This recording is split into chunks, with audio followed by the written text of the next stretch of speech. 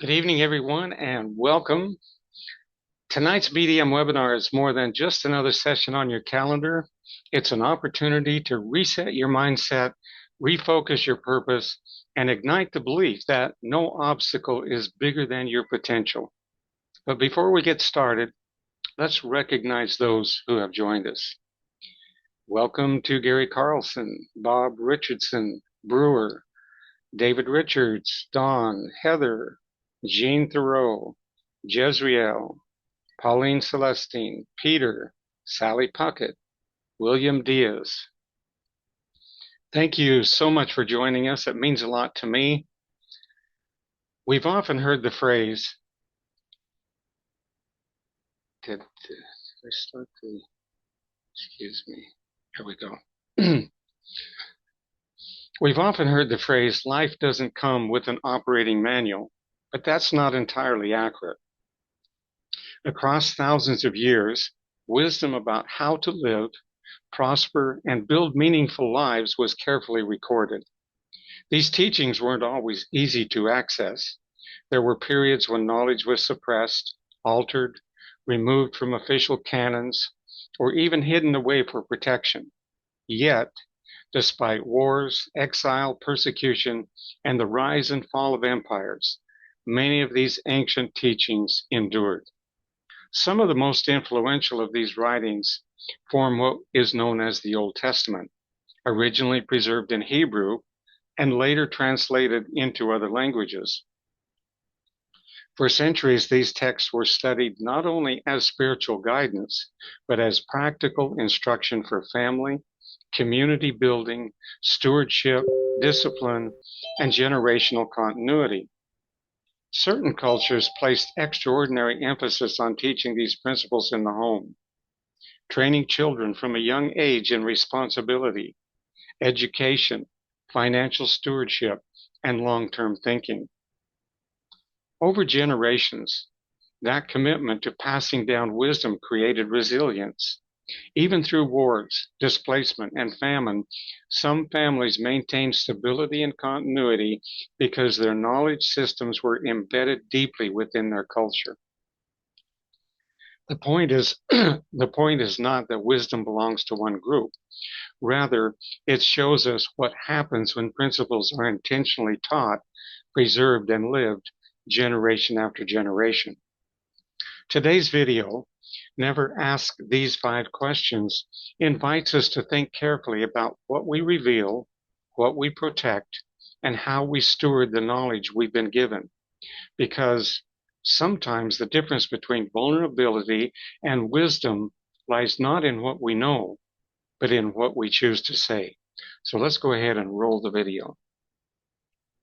There are 5 questions that, the moment someone asks you one of them, you must not answer. Not because you're being rude, not because you don't trust people, but because answering them, and most people do, without even thinking, opens a door that invites poverty straight into your life. And once that door is open, it is very hard to close.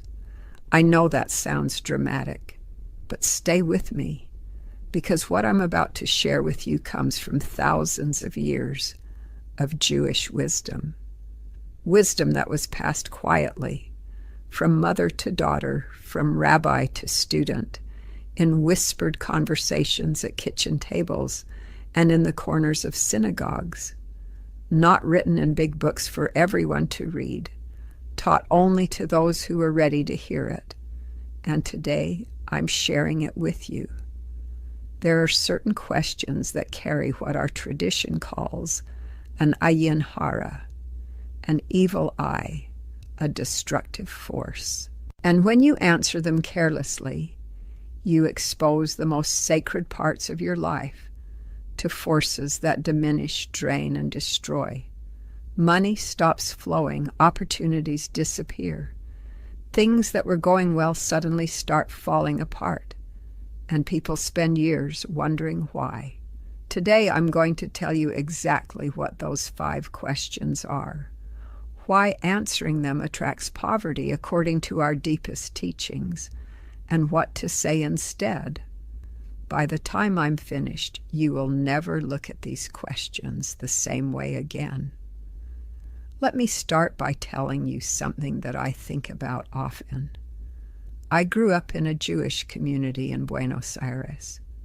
My grandmother, my Bubby Esther, was one of those women who seemed to know things that other people didn't know. She had survived things I don't even want to say out loud. She had lost almost everything twice, and yet every single time she rebuilt. She always had enough. Her home always felt full, even when times were hard.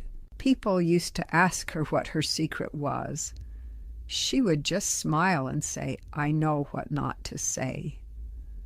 As a child, I thought that was a strange answer. What does not saying something have to do with having money? I didn't understand, not until I was much older. Not until I started studying seriously and found these same ideas, the ones my Bubby lived by, written in our sacred texts, explained by our greatest sages, practiced by Jewish families across centuries and continents. And what I found shocked me, because the pattern was undeniable. The families that maintained wealth across generations, not just one lucky generation, but sustained wealth through wars, through exile, through economic collapse. These families had something in common. It wasn't just hard work. It wasn't just intelligence. It was a discipline of speech, a set of rules about what you protect with silence. And at the center of those rules, there are 5 questions that no one in those families would ever answer directly. Maybe you've experienced this yourself. You work hard. You try to be responsible. You save when you can. You pray. You do everything right. And still, it feels like there's a leak somewhere, like money comes in but never stays. Like every time things start to look better, something happens to pull you back down. If that sounds familiar, I want you to pay very close attention to what I'm about to tell you, because there's a very good chance that one of these 5 questions is part of the reason why. Not the only reason, but part of it. Today, I'm going to walk you through all 5. I'm going to tell you the teaching behind each one, the story that shows why it matters, and exactly what to do instead. This is ancient wisdom, and it works. I have seen it work in my own life and in the lives of people I love. So let's begin. The first question you must never answer is this one. How much do you earn? I know. It seems so simple, so harmless. Someone asks, you tell them, what's the problem? Here is the problem. And I want you to understand this not as superstition, but as deep spiritual law. In the Talmud, in Tractate Bava Metzia, the sages teach extensively about something called Lashon Hara, harmful speech, and its connection to prosperity. But there's a related teaching that goes even deeper. It comes from the principle that what is spoken aloud becomes accessible to forces beyond your control. When you announce the exact measure of your income to someone who hasn't earned the right to know it, you're not just sharing information. You're inviting comparison, envy, and judgment into what our tradition calls your parnassah, your divinely apportioned sustenance. The Talmud teaches in Tractate Bava Batra that a person should never count their money in front of others unnecessarily. The rabbis connected this to the story of Joseph and his brothers. Do you remember what happened? Jacob loved Joseph openly, gave him the famous coat of many colors, and spoke freely about how much he favored him. That open declaration of abundance called down envy so powerful, it nearly destroyed an entire family. Joseph ended up in a pit, sold into slavery. The visible, announced favor became a target. Now you might say, well, that was a different time. But I want to tell you about something that happened in my own family. My cousin Raphael, a brilliant man, started a small business importing textiles. For years he was private, quiet, careful. The business grew. Then one day at a family dinner, someone asked him directly, "So how much are you making now? Give us a number." And Raphael, proud and excited, told them. He told the whole table. Within 3 months, he had 3 family members asking for loans he couldn't refuse, a business partner who suddenly felt he deserved more, and a tax inspector who showed up at his door based on, as far as he could ever tell, a tip from someone who knew too much. The first question you must not answer directly is how much you earn.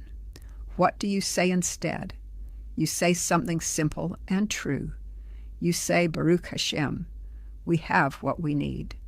Blessed be God, we have what we need. Not more, not less. You redirect with gratitude. You close the door politely. And in doing so, you protect what you have from the eyes that would diminish it.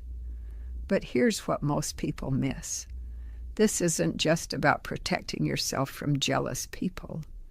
It's about your own relationship with your abundance. Every time you reduce your livelihood to a number and hand it to someone who asked out of curiosity or comparison, you participate in shrinking it. You make it smaller than it is. You make it a competition instead of a blessing. Stop doing that. Your parnassah is between you and God.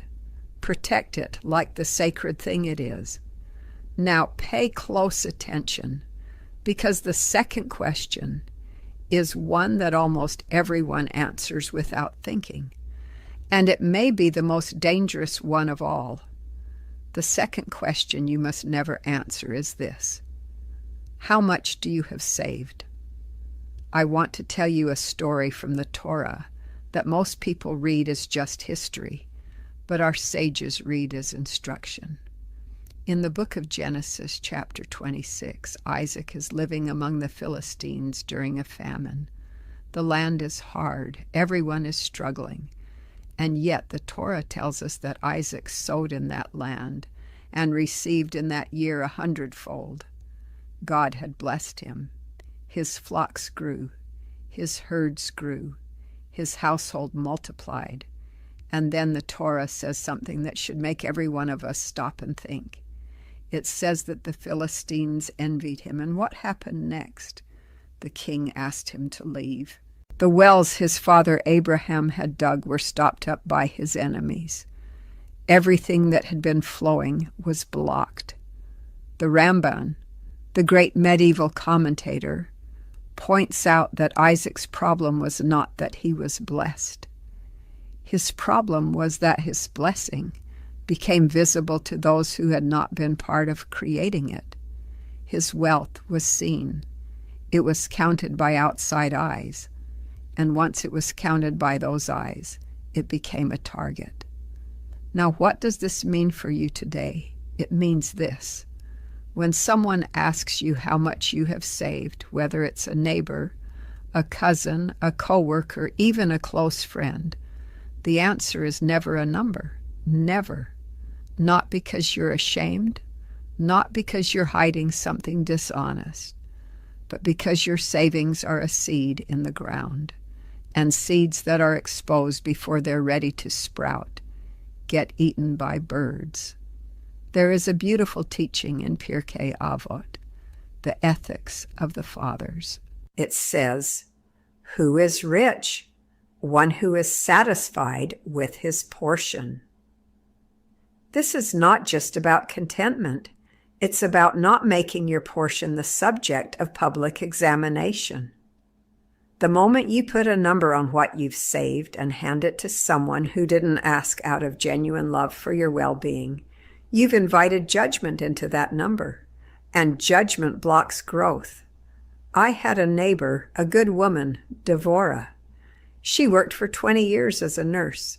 She was careful with money her whole life. Not rich, but steady, solid. And one afternoon at a community gathering, she was talking with some women, and someone asked directly, "So after all these years, do you have enough set aside?" And Devorah, proud of her discipline, said yes and told them the amount. Within the year, she had a son who needed help with a business that failed, a sister who needed a loan for medical bills, and a request from her community for a larger contribution than she could comfortably give. She never recovered those savings. She spent her last working years trying to rebuild what she had spent 3 decades creating. The money didn't disappear because bad things happened.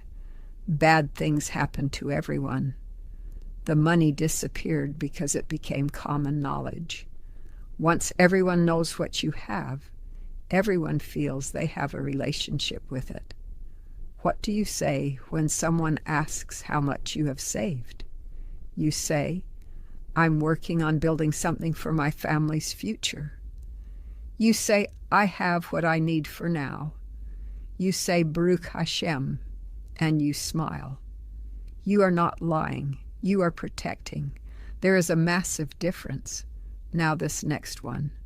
This next one changed my life when I finally understood it, because I used to answer this question all the time, and I had no idea what it was doing to me. The third question you must never answer is this: what are your plans for that money?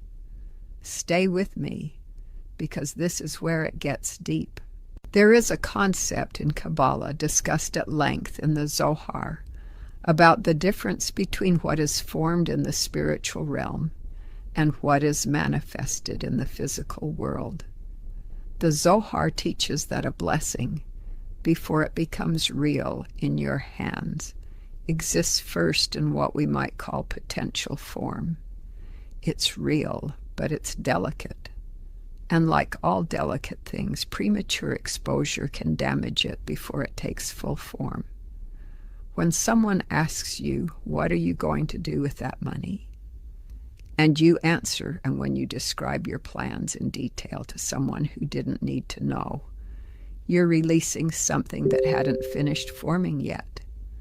You're letting the air out before the bread has finished rising.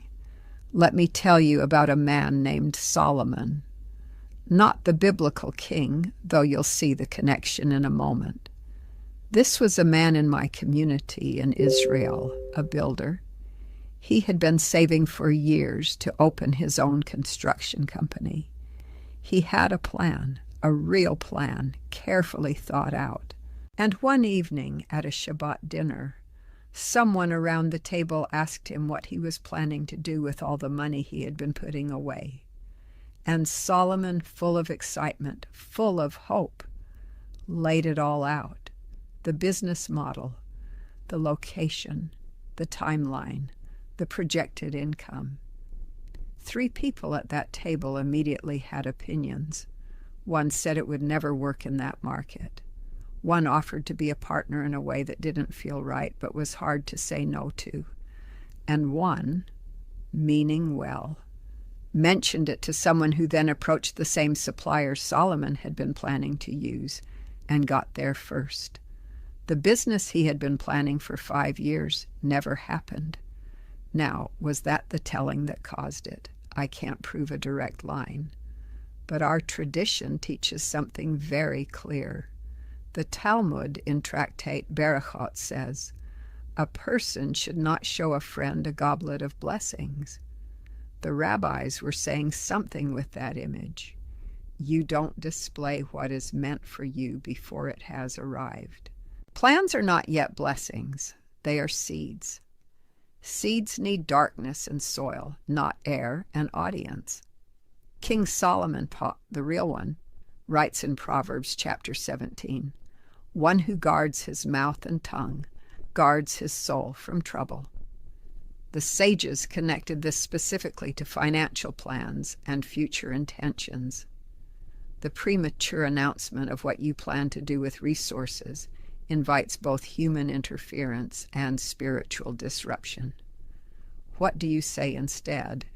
You say, I'm being guided by what feels right for my family.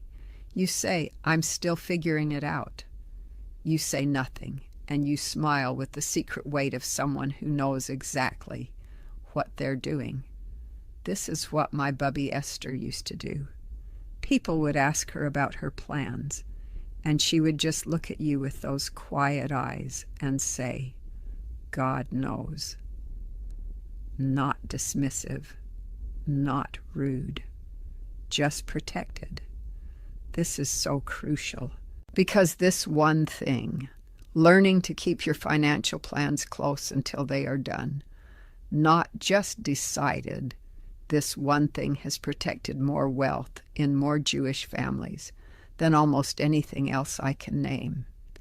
But here's what I need to tell you now, because it builds on everything I've already said, and it may be the one that surprises you the most. The fourth question you must never answer is this: are you doing well financially right now? This one is tricky because it feels like such a normal social question. People ask it out of care. They ask it at family dinners, after a hard year, after a job change, after a move. So how are things going? Are you doing okay financially? And most people answer honestly, yes, actually things are really good right now. Or things are a bit tight, but we're managing. Both answers are dangerous. Let me explain why. In the Mishnah in Tractate Avot, chapter 2, there is a teaching attributed to Rabbi Yehoshua. He said that an evil eye, meaning the destructive power of envy and jealousy directed at a person, is worse than many other spiritual dangers combined. The Talmud in Tractate Bava Batra expands on this, teaching that a large percentage of harm that comes to people comes not from divine decree, but from what the rabbis called ayin, the eye of others, the focused attention of people comparing themselves to you. When you say things are going well and the person asking is in a hard season, you plant a seed of envy that they may not even be aware of feeling. And that envy has a real effect, not because of magic, but because of human nature. The person who now knows you're doing well starts to act differently around you. They tell others. They mentally mark you as someone who has more than they do. And slowly, without anyone meaning to cause harm, you become the target of all kinds of small actions and words that chip away at what you've built. And when you say things are tight, you speak that scarcity into being. You confirm it. You give it weight. You make it more real by announcing it. And people treat you accordingly. The Zohar in Parashat Terumah speaks about how the words we use to describe our own condition have formative power. We are not just reporting reality, we are shaping it with our declarations. This is not New Age thinking. This is ancient Jewish metaphysics, deeply serious, deeply studied.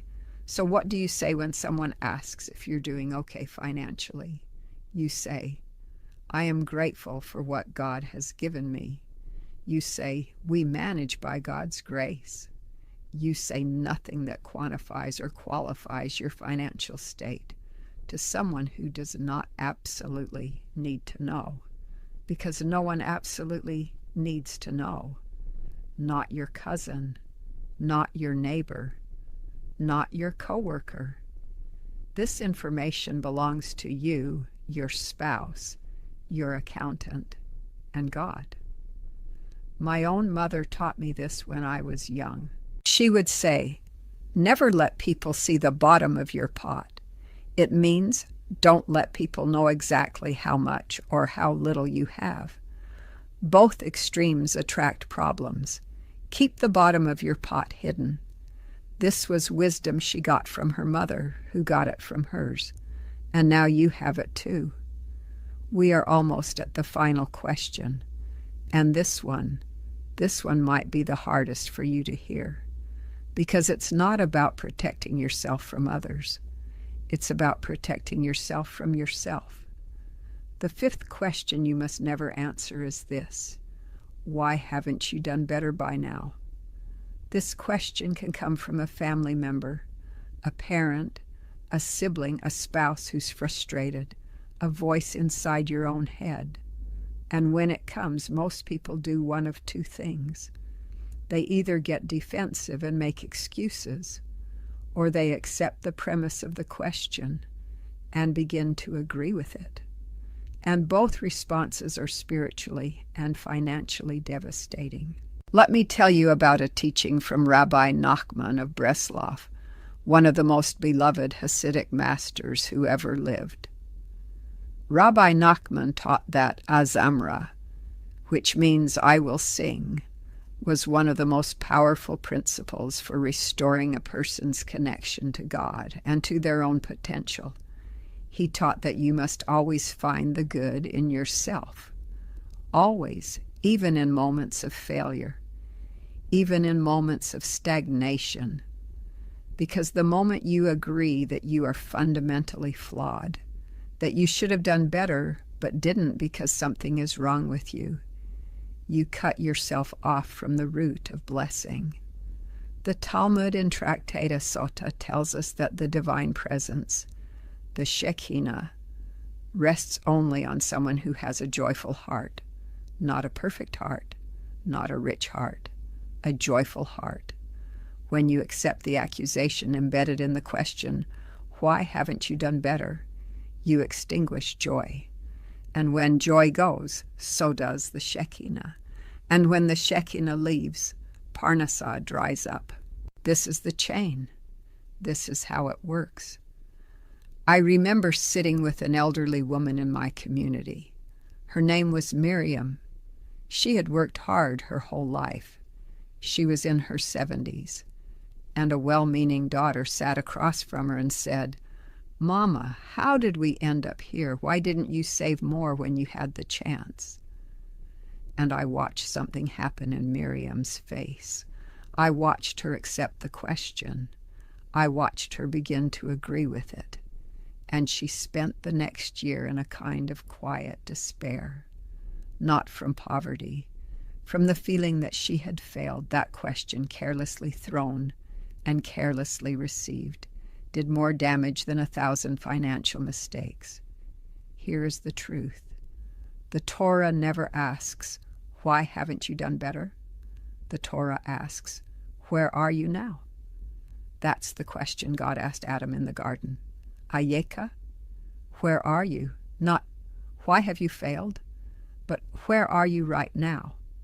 That is the question worth answering, not to others, to yourself, quietly, honestly, and with compassion. When someone asks you why you haven't done better, you do not answer that question. You do not accept its premise. You do not defend yourself against it. You simply say, I trust in where God has me. And you walk away from that conversation with your spirit intact.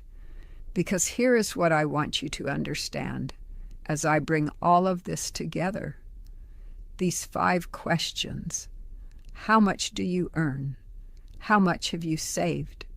What are your plans for your money? Are you doing well financially, and why haven't you done better? They are all versions of the same invitation. They are invitations to expose what is sacred, to make public what should remain protected, to reduce the mystery of your divine portion to a number, a defense, or an apology. And our tradition across thousands of years in teachings that have been tested by fire and exile and loss and rebuilding is absolutely clear on this. What you protect, you preserve. What you expose carelessly, you risk losing. This is not superstition. This is spiritual law, as serious and consistent as any law in physics. The families in our community who maintained wealth through generations, the ones I watched growing up, the ones I've studied and loved, did not have extraordinary talent or extraordinary luck. They had extraordinary discipline of speech. They kept their financial lives private. They answered these 5 questions with gratitude instead of numbers, with God's name instead of specific amounts, with gentle redirection instead of full disclosure. They understood something that our sages taught in Pirkei Avot, chapter 3. Rabbi Akiva said, "Beloved is the human being, for they were created in the image of God." And our teachers taught that just as God's work of creation happened in stages, hidden from all eyes until it was complete, so must we protect the stages of our own creation. Our plans, our savings, our progress, these are works in the making. And works in the making must be shielded until they are done. You are a work in the making. Your financial life is a work in the making. And from this day forward, you have the wisdom to protect it the way it deserves to be protected. Your season of scarcity is not a verdict. It is a season, and seasons change.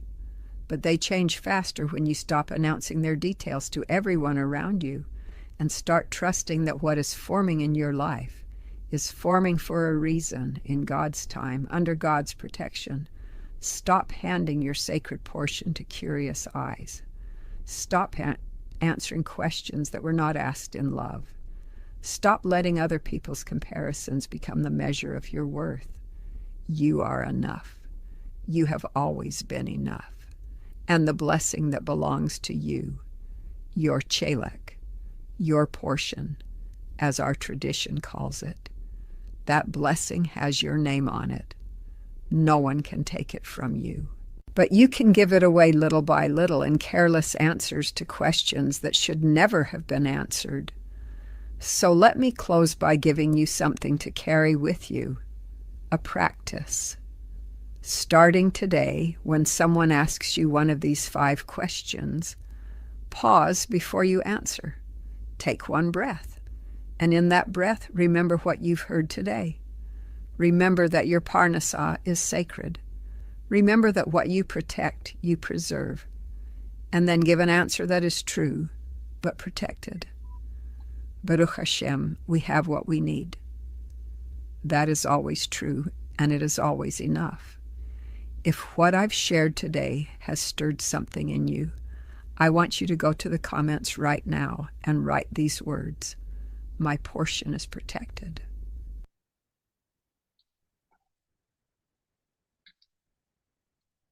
Smile and say, I know what not. Okay. Today we were reminded that wisdom is rarely accidental. Throughout history, those who preserved knowledge protected it and intentionally passed it down and were able to build resilience, not just financially, but spiritually and generationally.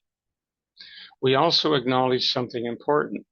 Wisdom is not exclusive to any one faith, religion, nationality, or group of people. Truth has a way of surfacing across cultures and generations. The key is humility, being open-minded enough to recognize wisdom wherever it appears and mature enough to apply it. The video, Never Answer These 5 Questions, challenges us to practice discernment. Not every question deserves access to your vision. Not every curiosity requires an answer. Discretion is not secrecy rooted in fear. It's stewardship rooted in wisdom. I can say personally, there have been seasons in my own life where I made mistakes that could have been avoided if I had understood some of the principles we discussed today. And while it's tempting to wish we had learned certain lessons earlier, regret does not build the future. Implementation does. We cannot go back and acquire knowledge sooner, but we can choose to apply what we know now. No matter what stage of life we find ourselves in, just beginning, rebuilding, or refining, wisdom still works. Principles still work. Discernment still works. The reason many families and communities endured across generations is because they were intentional. They learned, adjusted, and applied what they understood. Each of us can do the same. Growth doesn't begin when we wish we had known more. It begins when we act on what we now understand. So let's move forward with open minds and disciplined hearts, willing to gather truth wherever it's found and wise enough to implement it the moment it is revealed to us. Before we close, I want to leave you with this thought. Today is not about regret for things we didn't understand or do. It's about recognizing that wisdom has just knocked on the door of our awareness. And from this moment forward, we move differently, we answer differently, we build differently, and we guard differently. Not in fear, not in secrecy, but in maturity. And if we commit to that, then today wasn't just another webinar, it was a turning point. Let's close in prayer. Heavenly Father, we thank you for truth that transcends culture, language, and time. Thank you for the gift of wisdom, wherever it's found and however it is revealed. Give us humble hearts that are open to learning. Remove pride that resists correction and remove fear that resists growth. Teach us discernment in our speech and wisdom in our silence. Where we have made mistakes in the past, give us grace. Where we have lacked understanding, give us clarity. And at this stage of our lives, whatever that stage may be, give us the courage to implement what we now know. Help us become faithful stewards of knowledge, faithful leaders in our homes, and faithful examples in our communities. May our lives reflect maturity, integrity, and intentional growth. In your holy name, amen. Thank you so much for being here today. Be wise in what you say to yourself and to others. Life and death, sickness and health, poverty and wealth are all in the power of the tongue. Words are not casual. They create. They create environments, relationships, opportunities, and outcomes. The tongue is a two-edged sword. And just as a samurai warrior spends countless hours, days, and years honing his skill with the blade, we must commit to mastering our words, precision, discipline, control. Guarding the tongue is not a sometime practice. It's a daily practice, a lifelong practice. If we can master that, if we can master what we say and what we choose not to say, we position ourselves to build wisely, lead wisely, and live wisely. Join us again on Tuesday for our next opportunity webinar. Continue building your business and bless someone else by inviting a friend to grow alongside of you. With that, we'll say good night and God bless you all.